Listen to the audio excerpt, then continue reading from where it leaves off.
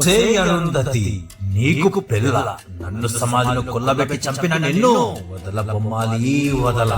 వస్తా వస్తా తప్పగా వస్తా, కసిగా పగనే తీర్చుకుపోతా.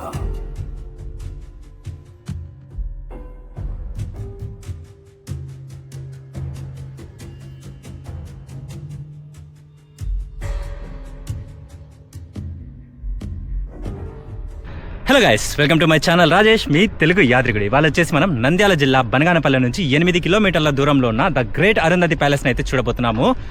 లోపల ఏ విధంగా ఉందో నేను చాలా క్లియర్గా అయితే చూపిస్తున్నానండి. వీడియో మాత్రం చాలా ఎక్సలెంట్గా ఉండబోతుంది. వీడియోని ఎక్కడ స్కిప్ చేయకుండా చూడండి. ఇక ఆలస్యం చేయకుండా వీడియోలోకి అయితే వెళ్దాం, పదండి. వస్తే అరుంధతి, నీకు పెళ్ళ, వస్తా వస్తా తప్పక వస్తా.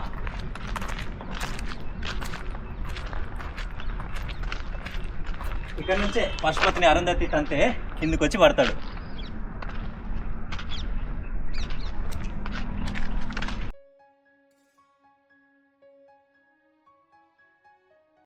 యాక్చువల్గా అరుంధతి మూవీ షూటింగ్ ఇక్కడే జరిగిందండి. అందువల్ల ఈ బంగ్లాకి అరుంధతి బంగ్లా అనే పేరు వచ్చింది. ఈ బంగ్లా వచ్చేసి సినిమాలు చూపించినంత ఇదిగా అయితే ఉండదండి. నిజానికి దీనిని నవాబ్ గారి బంగ్లా అని పిలుస్తారు. ఈ బంగ్లాను 3 వైపుల నుంచి ఎలా చూసినా ఒకే విధంగా అయితే కనపడుతుందండి. ఈ బంగ్లా లోపలికి ఎంట్రీ టికెట్ వచ్చేసి 20 రూపీస్ పర్ హెడ్.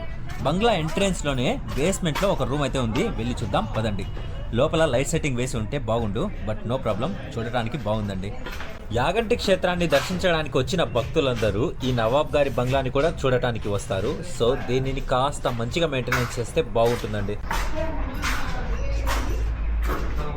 ప్రజెంట్ మనం ఉన్నటువంటి ఈ ప్రదేశంలో సైనికులు ఉండేవారట. చూడటానికి చాలా బాగుంది కదా. ఇంతటి అద్భుతమైన సుందరమైన బంగ్లాను వచ్చేసి గులాబ్ అలీ ఖాన్ నవాబ్ గారు కట్టించడం జరిగింది.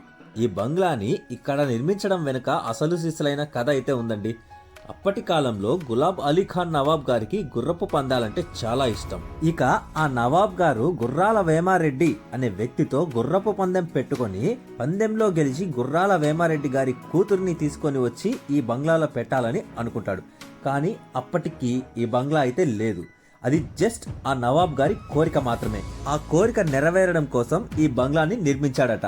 దీన్ని నిర్మించడానికి దాదాపు ఒక్క రోజుకు 800 మంది 5 సంవత్సరాల పాటు ఇక్కడ పనిచేసి 1782వ సంవత్సరంలో ఈ బంగ్లాని ఓపెన్ చేశారండి.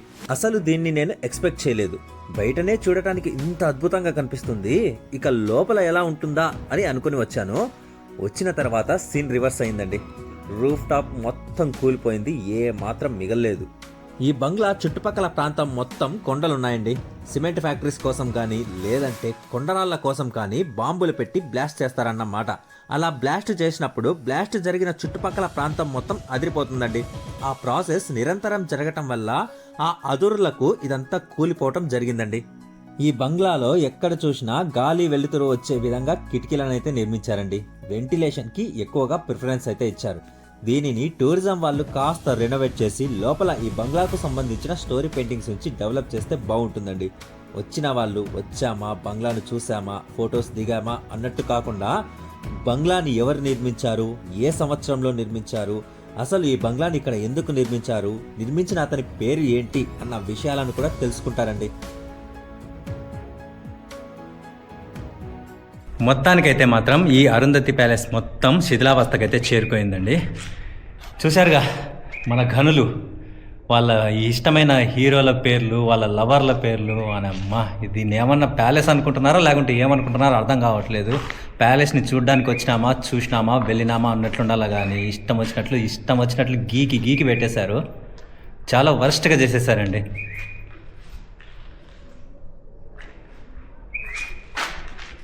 ఇది ఈ అరుంధతి ప్యాలెస్ యొక్క సిచ్యువేషన్. త్వరలో ఇవి కూడా కనపడకుండా కనుమరుగైపోతాయండి.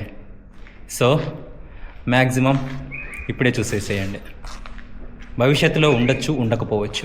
రెనోవేషన్ చేస్తే అది అదృష్టాన్ని బట్టి ఉంటుంది, ఇంకా చూడాలి మరి. ఈ బంగ్లాలో ఉపయోగించిన టైల్స్ని అప్పటి కాలంలోనే ఇంగ్లాండ్ నుండి తెప్పించాడటండి. సరైన మెయింటెనెన్స్ లేకపోవడం వల్ల ఏం మిగల్లేదు. ఇక ఈ బంగ్లా వెనుక వైపున ఇంకొన్ని గదులైతే ఉన్నాయట, వెళ్ళి చూద్దాం పదండి.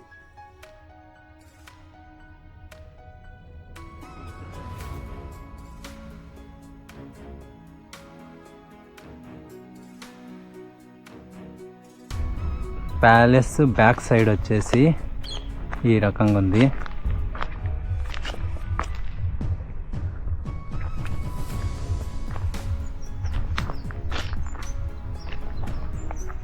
మరి వీటిని ఎందుకు నిర్మించారో ఏమో మనకైతే ఐడియా లేదు.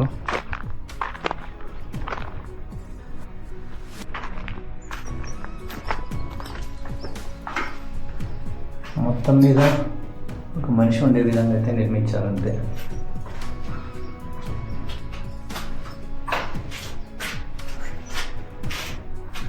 మేబీ బట్టలు ఉండడానికి అయ్యి ఉండొచ్చు. ప్యాలెస్ చుట్టూ ఇవే ఉన్నాయి. ఇది కొంచెం విశాలంగా ఉంది. ఆటక మాదిరిగా ఏదో ఉంది.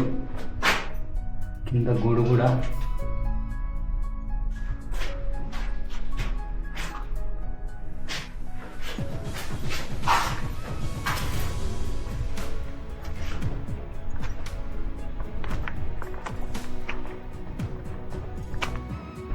ప్రజెంట్ మనం అరుంధతి ప్యాలెస్ బ్యాక్ సైడ్ అయితే ఉన్నామండి.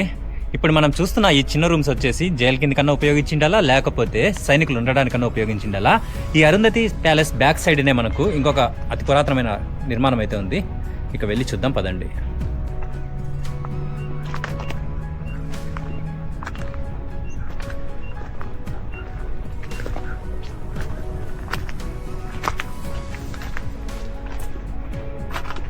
దీని పరిస్థితి ప్యాలెస్ కన్నా అద్మానంగా ఉంది.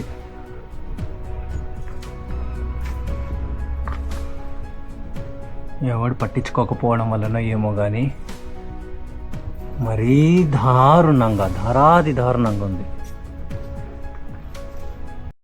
ఇంతటితో ఈ వీడియో కంప్లీట్ అయిందండి. ఐ హోప్ నా ఈ వీడియో మీకు నచ్చిందని నేను అనుకుంటున్నాను. నచ్చినట్లయితే don't forget to like, share, subscribe. సరికొత్త వీడియోతో మళ్ళీ కలుద్దాం. Until then bye bye.